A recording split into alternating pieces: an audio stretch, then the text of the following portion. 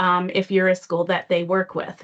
I see Lindsay Mahoney from School Improvement, and I see Rachel Gott from the Montana Reads Grant. And we also have Claire Mikeson here to drop links in the chat. The best way to do this is if a link is dropped in the chat, you can grab it and open it and handle it later, but know that we will share them at the end as well. We won't let you miss out.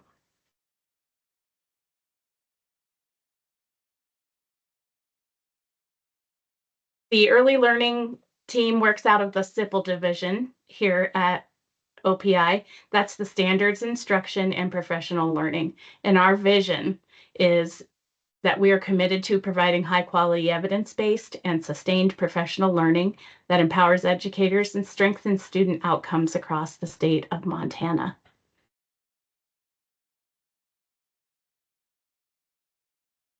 Community agreements for online learning, please take care of your needs. If you need to go to the bathroom, go ahead. Be fully present, participate when possible, take risks. That means if you have a question, somebody else probably has a question too. So as we go through this, you can drop it in the chat, or I'll show you how you can raise your hand. Be mindful of others. When it's not your turn to talk, please keep your microphones muted. And let's get going. At the top of the screen, you'll see that this is what it looks like. It's the control panel for a Teams meeting. If you want to open the chat, you just click on the chat feature, and that'll open the chat to the side of your screen so that you can see what people are asking, and that's where your links will appear as well. If you have a question and would like to ask it, you can raise your hand, and we'll call on you when we're at a point that is a good time to do it. You can turn your camera on and off by clicking on the icon, and your microphone icon is going to be right up here too. If for any reason you need to share today, we don't have any of those set up, but just know that you can click on the share and that will share your screen.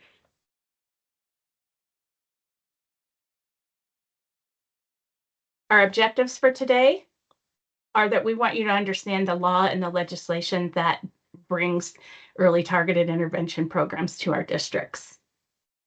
We want you to recognize the difference between the programs that ETI encompasses. And we want you to become familiar with the Chapter 63 domains and standards. It has a really, really long name. We just call it Chapter 63.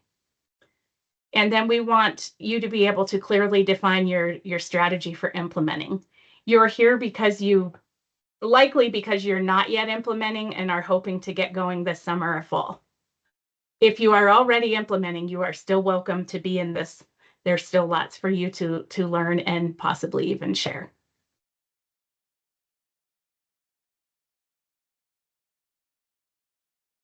Okay, good afternoon, everyone. We're going to start with some common misconceptions. We hear a lot of different information about our programming, what it is and what it is not. And so we were thinking that it would be a good idea to kind of gauge our audience today and learn a little bit about what you think early targeted intervention programs are and maybe what they are not. So how we're going to do this is you're just going to drop a T in the chat or an F for false, a T for true and an F for false, based on how you're going to answer this question. So I'm going to go to the next slide. And so our first misconception, early targeted interventions is a grant-based program. So can you drop either a T for true or an F for false, depending on what you believe to be true?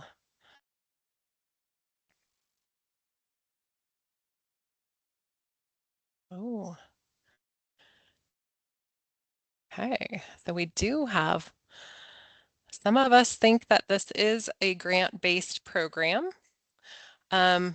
We are not a grant-based program. We're not grant funded. We are funded by the state of Montana. We're not a federally funded program.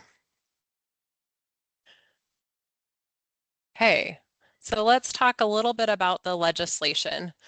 Back in 2023, the Montana legislature passed the Early Literacy Targeted Intervention Act. And the goal of this act was to improve the amount of students that are um, proficient in reading by the end of third grade.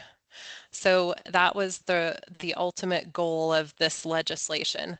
And it created a few programs. So there's like an umbrella, and then we have the home-based program, which is a technology-based program that can be done at home. It's not just for homeschooled students. It can be available to students that are currently enrolled at your school, but they just work on this at home to improve skills. There's classroom-based, which is for 4-year-olds. And we'll get into that a little bit more. And then we have the Summer Jumpstart, which takes place between 2 school years. And you're eligible, we'll talk a little bit about which students could become eligible for that programming a little bit later. Our recent update was the passage of House Bill 338, and this took place during the 2025 legislative session. It changed a little bit of the language that applies to our programming. So previously, in the original legislation, there was some language in there that talked about you may screen students to become eligible in April, May, or June. That was optional, but within House Bill 338, we have removed that language. So it's important to recognize that you could screen students at any point in time and deem them eligible within the school year. And then the other piece to that legislation was the inclusion of numeracy.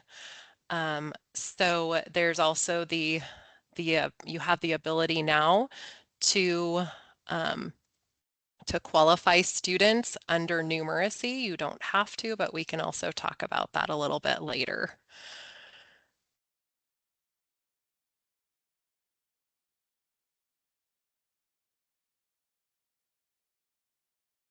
Okay, we're to another misconception.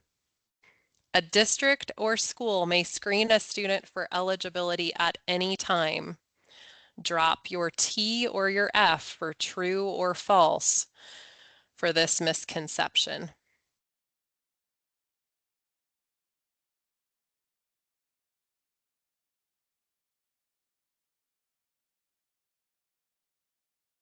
Looks good. Looks like they got it. You can screen at any point in time of the school, during the school year to go ahead and deem these students eligible.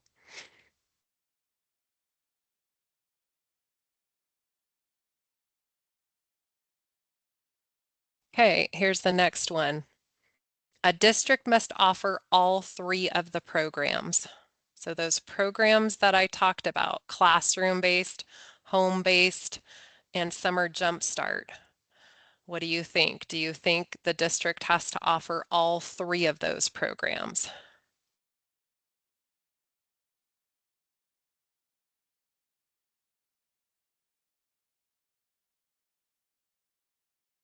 I see a lot of Fs for false, so that's correct. All of this programming is optional. You can offer none of it, or you can offer 1 or 2 or all 3 of these programs.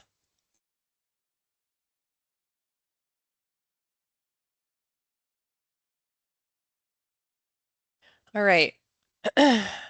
So this is a handy graphic that I designed to help explain which student groups are eligible for which programs. So the classroom-based program is only for 4-year-old students. They have to be 4 years old on or before September 10th of the year that they will participate in the program. And then we have the Jumpstart program, so we can offer that to eligible students that you've screened that are going into kindergarten all the way through going into 3rd grade. And those Jumpstart kids, they need to be 5 on or before September 10th. And then we have our home-based program. So the home-based program can be offered to kids that are 4 years old, all the way up through kids that are in second grade, I should say.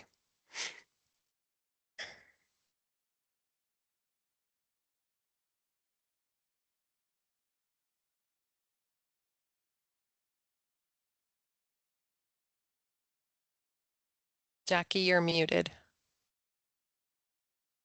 Apologies for that. I'll give you a moment to read through what is there on your screen.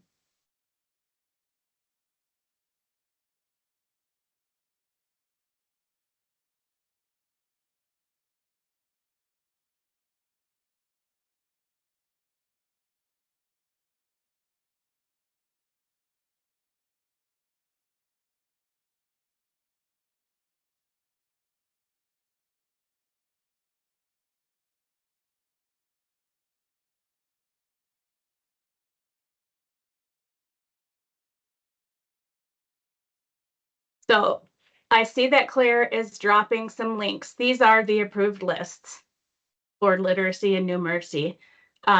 There's no need really for us to go over that right now. They're available to you in many ways. But a research-based instrument or assessment is key here. If you're thinking the preschool screener you have used in the past is not on this list, and you're wondering what to do, I want you to understand it's because that tool is not designed to determine a developmental trajectory leading to proficiency in third grade, as the law explicitly states. That is why there are some out there that didn't make the list. They're not designed for that. Each district can choose the screener that they want to use, and each district can determine the cut score that they will use to determine eligibility. So there are a lot of choices in the hands of local decision makers. What else did I want to say? And please note, so a lot of times we find a student eligible, we offer them, they're in a program, and then they move. If a student moves into your district, because they were eligible at another district does not mean they are automatically eligible in yours. You have to rescreen them with your own tools and cut scores. Joni. Well, that's an excellent question. There is a lull in activity from Acadience Reading, and that is who puts out Pelly. And we don't know a lot, but we know that they have paused sales, I guess, of new materials. We don't know if that will continue or if that means it's going to go away. We don't have answers for that. We'll share it when we do. If you already are using the Pelly, then you already have a kit. And you have all of the tools to determine eligibility with that. You just may not be able to use the platform for tracking data that Acadience offers. It's a regret that this is happening because this is a very good tool. And I suppose if you want to use it, get in touch with other local districts and maybe you can share materials, that kind of thing. I know there are a lot of special service co-ops out there that did get a Pelly kit when this first started. And I hope that they would be willing to share. Yes, OXED has both language and reading. You wouldn't necessarily need to do both, but if they don't qualify in one, you would be looking for them to qualify in another. You can go to the next slide. Unless there's more questions. I don't want to, okay, go ahead. All right. So here's a little chart that I developed that lets you know when I'll be looking at collecting some data from you and where the data lives. Okay, so for your Jumpstart program enrollment, that's going to live primarily in Infinite Campus. I do collect a little bit of information on a data collection that I send out in August and September, or September, I should say. And then I'm really looking for that jumpstart program efficacy on that data collection. That's really the goal of that data collection. Eligibility records, those should be in Infinite Campus. So those are what shows how you determined a student eligible, what screener you used, and what domain or domains you used to qualify them for this programming. So that is something that's required. And then you should have your classroom-based program enrollment. That's going to be Infinite Campus, but then I also will look for that information at the end of the school year as well. I'll be capturing some of that information about how many kiddos you served. And then I'm going to be gathering home-based and classroom-based program efficacy at the end of the school year in April or May. And then home-based enrollment, that really lives in Infinite Campus. And those students can be enrolled throughout the year as long as we have licenses available, which we don't right now. They're all taken up for this school year. And then I look for some information about, how they did in the program and the growth that they made, and if they still qualify for any of the programs under early targeted intervention within data collection number 2 that I'll send out in April or May. Any questions on data collection before we move on?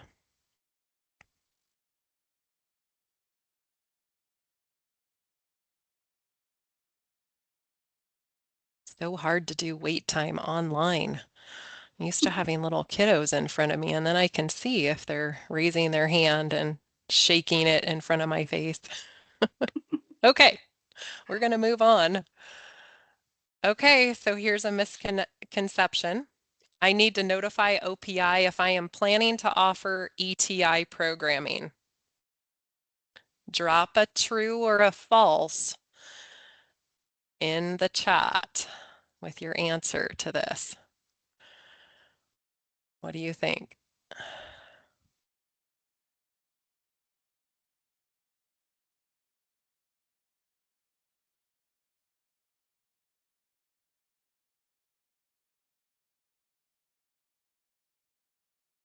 Okay, I've got some trues and I've got some false in there as well. Well, this was kind of a trick question because you're not going to pick up the phone and call me or Jackie and say, hey, I'm going to do the early targeted intervention programming.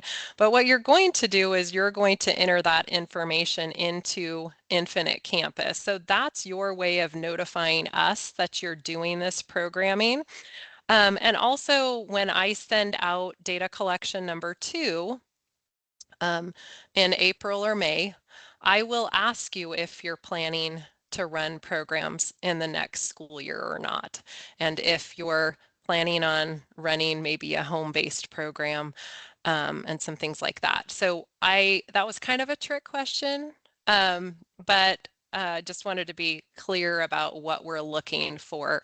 So there's not a deadline for that per se, but there are some pieces that you need to be aware of that do need to be in Infinite Campus by certain deadlines.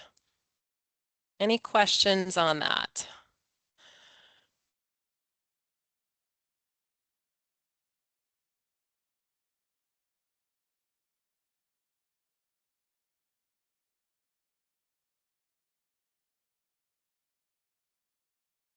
Okay.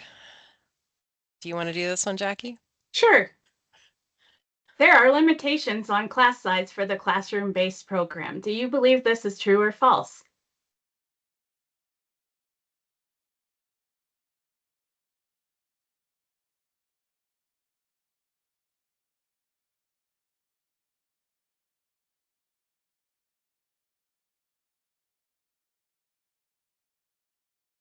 I think everybody's on to this. Yes, the answer is true. You can go to the next slide. There are limitations. So why there are for this program, but not for kindergarten or other other things in schools is because it's a completely different nature of what's appropriate when we're dealing with 4-year-olds. And this is a new thing in the public school system. It is absolutely developmentally appropriate to have small class sizes when you're talking about 4-year-olds. And so there is that limitation, and that is why, and we'll talk a little bit more about that when we get into the classroom program specifically.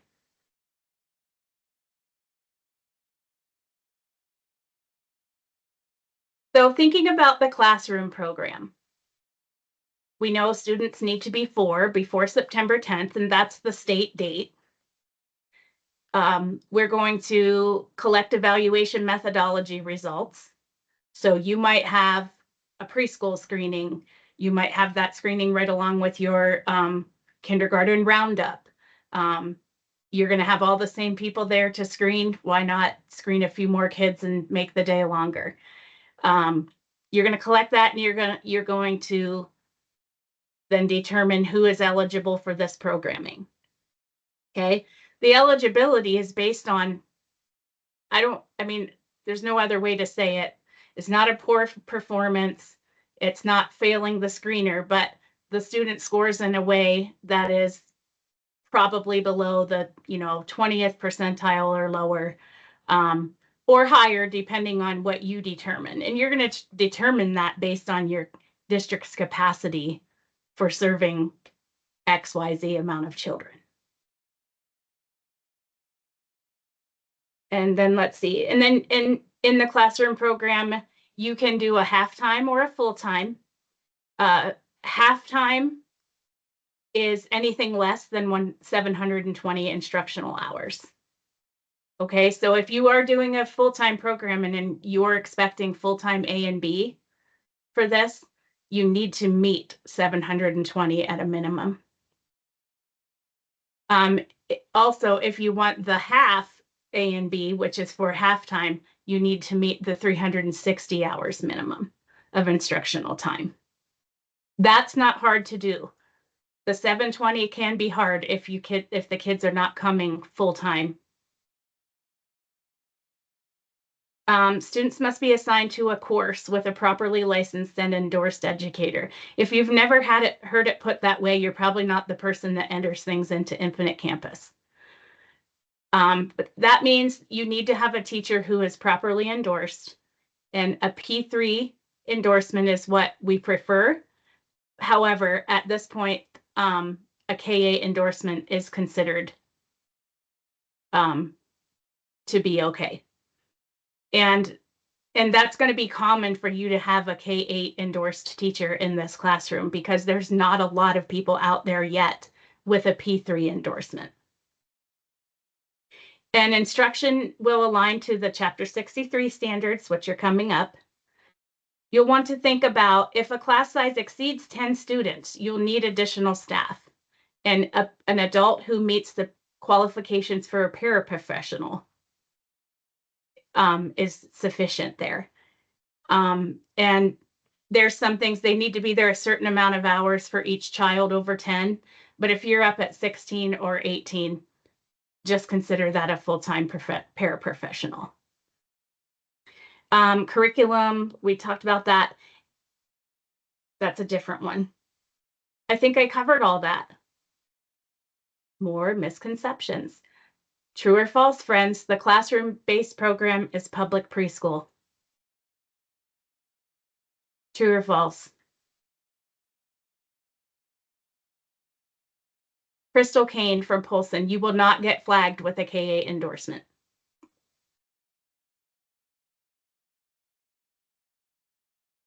The K8 endorsement is sufficient under current rule.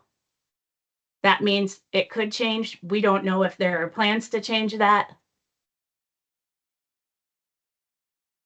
Hey, everybody says false. You're correct.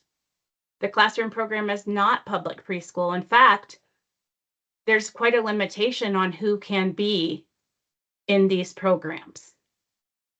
Now, you have determination abilities at the district policy on that, but overall, this legislation is an intervention program.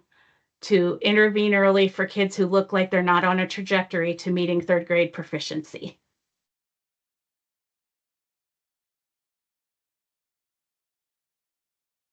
Go ahead, Kim. Getting started for jumps. Go ahead. Who had a question? No, that was me. Go ahead. It's your slide. Jumpstart. This is essentially summer school. We can call it that, but we're not going to call the classroom program public preschool because that really isn't what it is. We can call Jumpstart that because it happens in the summer. However, the qualifications for eligibility are the same. You collect the results. Now, for students that are already in kindergarten, first, second, you're going to have lots of data, right? And progress monitoring and things like that. You're going to be able to tell easily who are the kids that you want to offer this programming to. Again, curriculum for those going into kindergarten is that chapter 63. And then children who are already in the school, you use the ELA and the mathematics standards for Montana. What else do we want to cover? Okay, here's a good one. Any adult can be the teacher for the summer school program. Do you believe that to be true or false?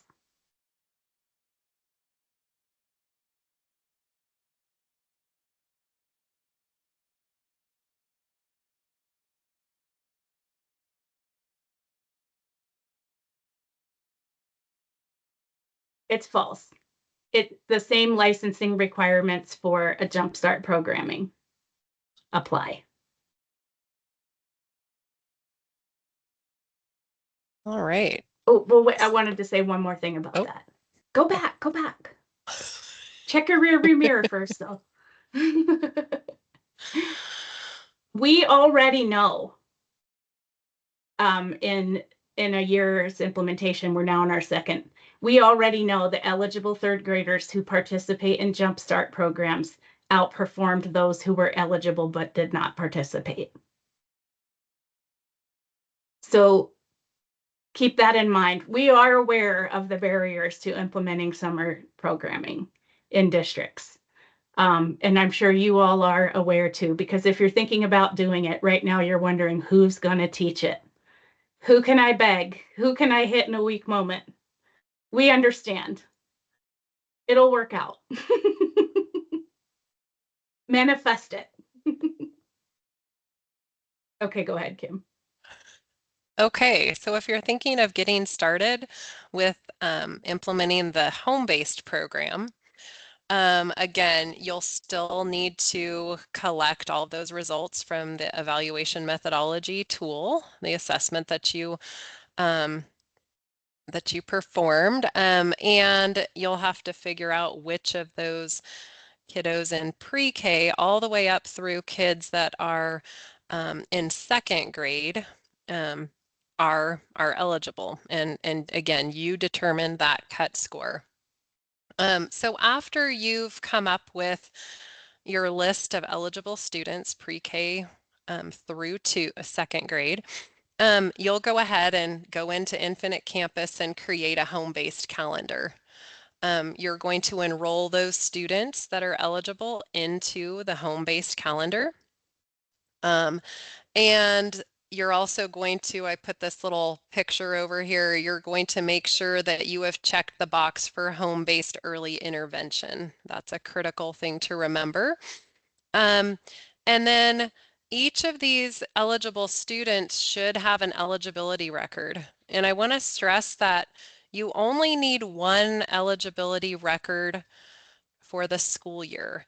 So as you're coming up and doing your assessments, maybe next month, and you determine that a student is eligible, you want to make sure that as you're creating that eligibility record for next year, that it is showing that it's for 26-27, right? And so you want to make sure that you have that in there. There is only one eligibility record that is required. Now, that's not to say that you can't have two eligibility records in there if you have also qualified the student under numeracy. But there's only a requirement to have one. So if you have students that you're qualifying for summer jumpstart and a they have an eligibility record for next school year, you don't need to go back in and do another one if you're going to offer them the home-based program next year. So it's just one eligibility record. And we do feel as though most of our schools are going to screen for literacy, and then if the student didn't qualify, they will probably screen them for numeracy. But again, that's not a requirement. It's just, you know, a way of thinking about it. So after they have that, then you'll also enter the parent's contact information on the eligibility record. So that is our way of being able to get that family in touch with Waterford. We do have a letter that we've developed, which is a home-based consent and eligibility letter just for the home-based program. So we are recommending that you utilize that to get that parent permission before you go ahead and fill out the parents' information in Infinite Campus. So we are working currently on an update in Infinite Campus to support that change, just so that you know. Questions on home-based?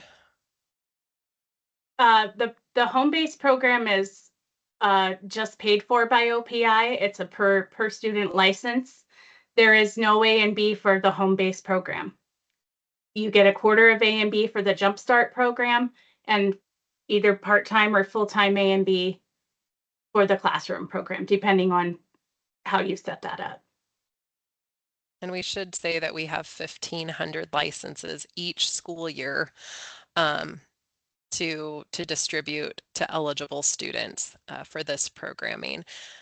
If they are enrolled in the program during the school year, they also still have access to it all the way up through the end of July, which some families, I think, appreciate when they want their kiddo to go ahead and find something to do during the summer. Maybe get them a little bit of screen time. And so that's just something else that's available. Just wanted to note that. Okay. So the home-based program is for all students. True or false?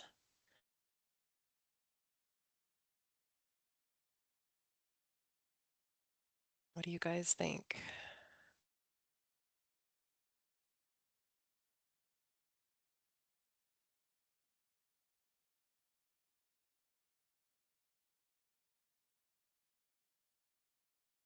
Okay, I see a lot of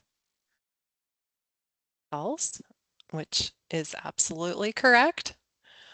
You can go ahead and offer this to eligible students who are in your 4-year-old classroom, so your pre-K, all the way up through kiddos that are in 2nd grade. And a second grader can use that program, like she said, all the way through the end of July, following their year of second grade. The Waterford program is not for third grade, is not developmentally appropriate for the kids beyond second grade. And we should say that they will have access to numeracy lessons in the platform as well, but all students are primarily enrolled to work on literacy first, and then they will be working on numeracy in a secondary manner.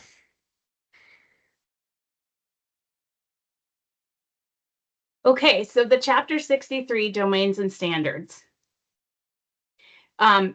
This is an interesting document. You'll receive our document for that.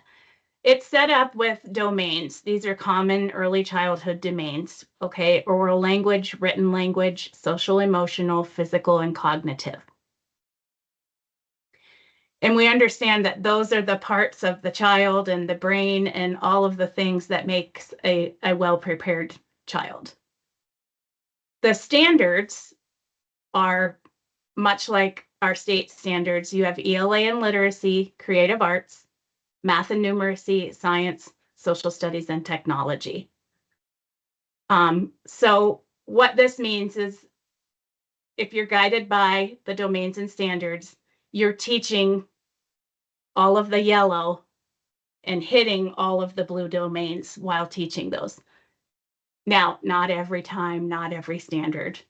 It's not that black and white. If you go to the next slide, what I've done is taken a cluster. So speech development is a cluster under ELA and literacy. Speech development obviously is oral language, but speech development is really important in the social emotional domain, cognitive domain, all of them. Under science, you see, use listening and observation skills. Do we only need that for science? Teachers say no. We need that as a life skill. And so I mapped it out a little bit like that. And if you go to the next slide, Kim, these are actual standards. So the phonological awareness, it's not written like a standard. You need a program or really in-depth knowledge to roll out phonological awareness, right? The phonological awareness is important in oral language, but it's going to be in every domain. Number sense and operations. Yeah, that's math. We usually associate that with cognitive, but number sense and operations is very important under written language as well. There's a lot they have to understand about the symbols and writing the numbers and so on and so forth. So this is just a little guide to help you understand how all of the things in our document play out in an early learning classroom. And we don't have to spend any more time on that. You can always email us with questions. If you just need some ideas, if you need some clarification, that's what we're here for. This is our job.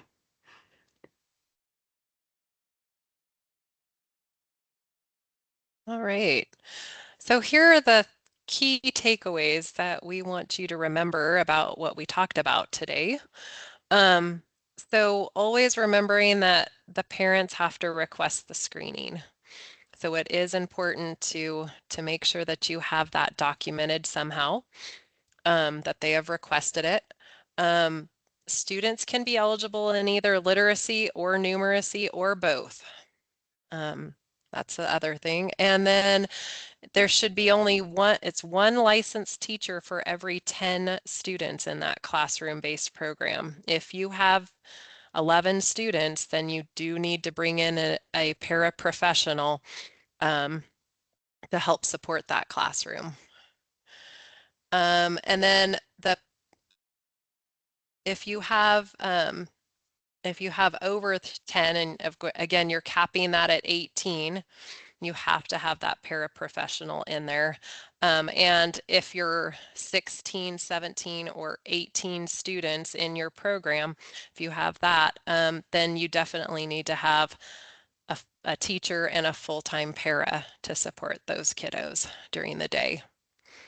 The P3 license is preferred, but you can have a teacher teaching these students that has a K-8 endorsement. And then just monitor the progress of each of these students, and you're going to report back on the efficacy piece for all of these programs. Yes, Ruth, you'll report on, well, yeah, you'll report on both.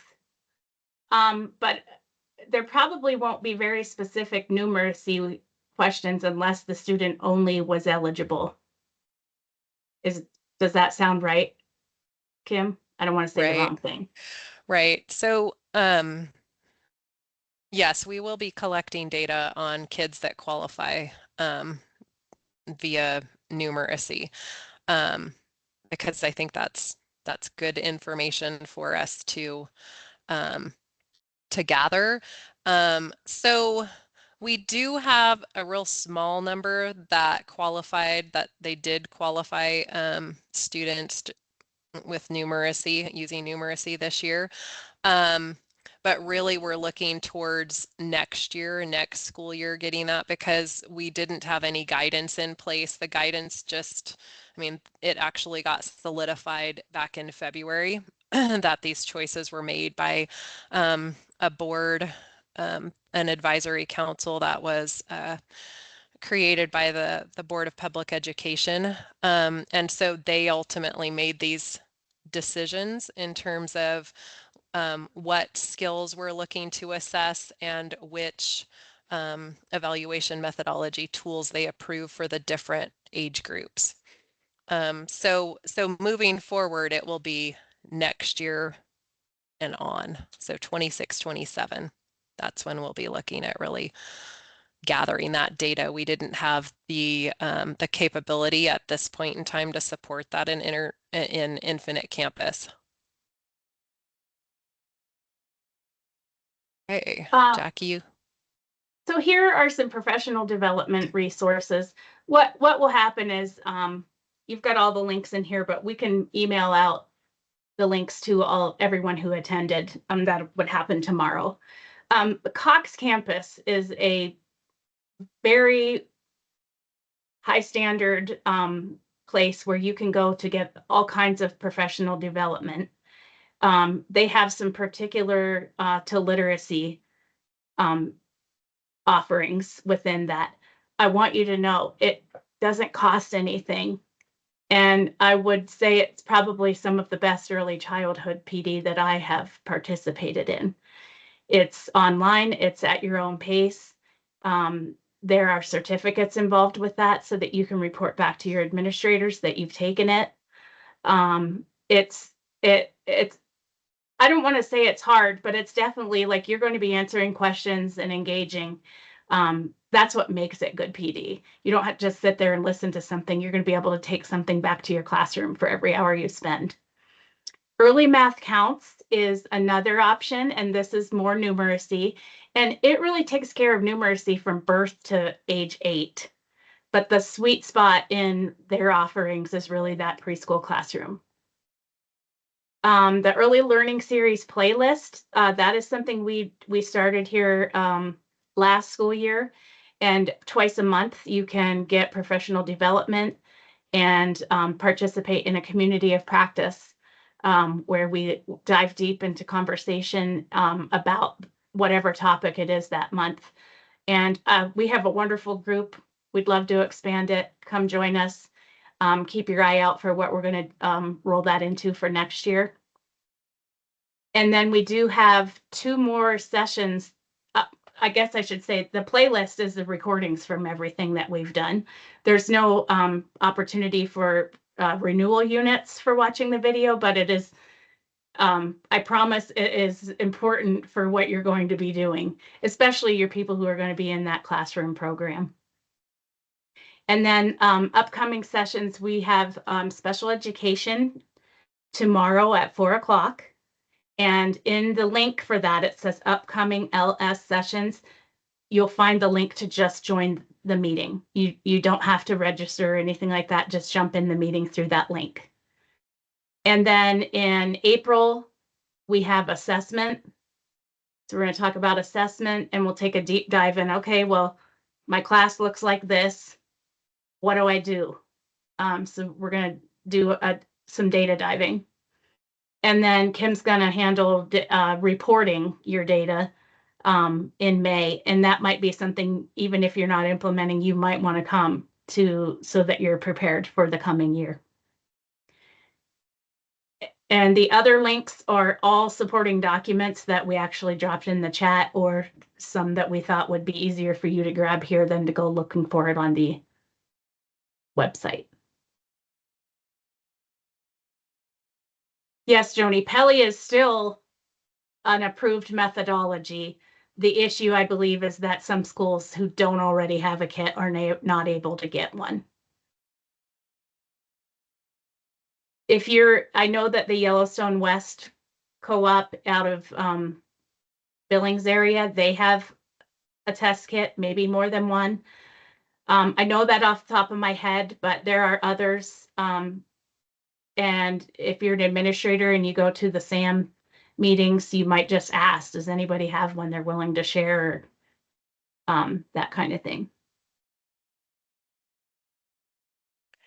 And I would recommend if you're looking for, kind of where to get started and what do I do? What are my next steps? I would recommend you opening up the ETI planning worksheet because that really walks you through step by step some things to consider if you're looking to start this program, the programming. If regardless of if you're looking at a summer jumpstart or a classroom-based program or how to get started with home-based next year. It's got some good guidance on there in terms of where to start.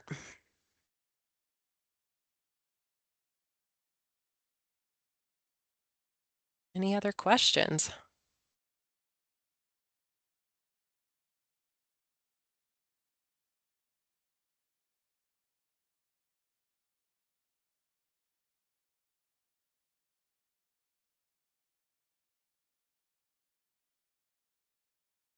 As soon as the meeting ends, you'll think of a question.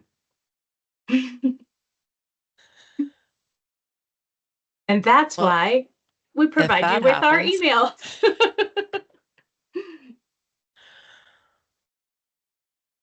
And yes, we are not free from jumping on the trends of having AI create a profile picture.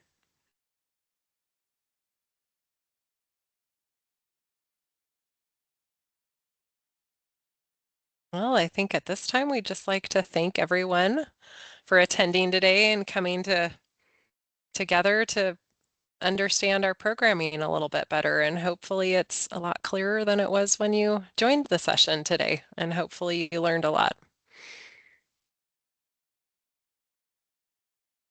We'll keep this going if you need to scroll back through the chat to grab any links. We'll be here for long enough for you to grab those. Thank you, Deanna.